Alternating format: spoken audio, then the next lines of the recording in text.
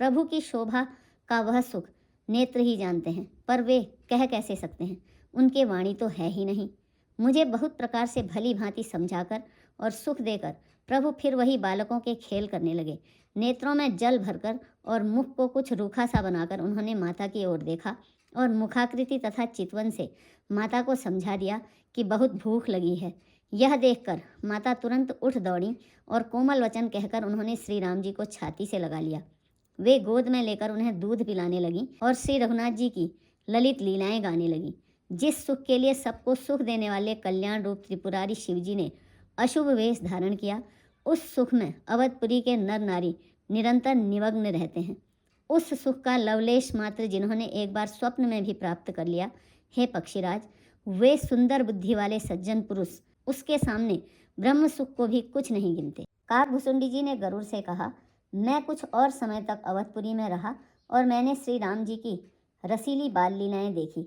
श्री राम जी की कृपा से मैंने भक्ति का वरदान पाया। तदंतर प्रभु के चरणों की वंदना करके मैं अपने आश्रम पर लौट आया। इस प्रकार जब से श्री रघुनाथ जी ने मुझको अपनाया, तब से मुझे माया कभी नहीं व्यापी। श्री हरि की माया ने मुझे जैसे नचाया, वह सब गुप्त चरित्र मैंने कहा।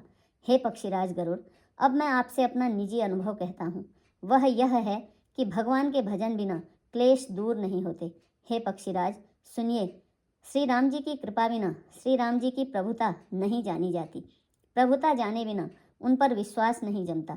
विश्वास के बिना प्रीति नहीं होती और प्रीति बिना भक्ति वैसे ही दृढ़ नहीं होती जैसे, हे पक्षीराज, जल की चिकनाई ठहरती नहीं। गुरु के बिना कहीं ज्ञान हो सकता है। इसी तरह वेद और पुराण कहते हैं कि श्री हरि की भक्ति के बिना क्या सुख मिल सकता है। हे तात, स्वाभाविक संतोष के बिना क्या कोई शांति पा सकता है। चाहे करोड़ों उपाय करके पच पच मरिए, फिर भी क्या कभी जल के बिना नाव चल सकती है। संतोष के बिना कामना का नाश नहीं होता और कामनाओं के रहते स्वप्न में भी सुख नहीं हो सकता। और श्री राम जी के भजन बिना कामनाएं कहीं मिट सकती हैं।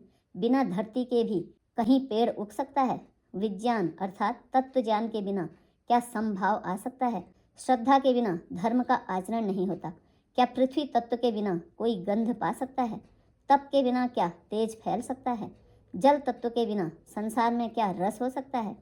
पंडित जनों की सेवा के बिना क्या शील अर्थात सदाचार प्राप्त हो सकता है। वायु तत्व के बिना क्या स्पर्श हो सकता है। क्या विश्वास के बिना कोई भी सिद्धि हो सकती है।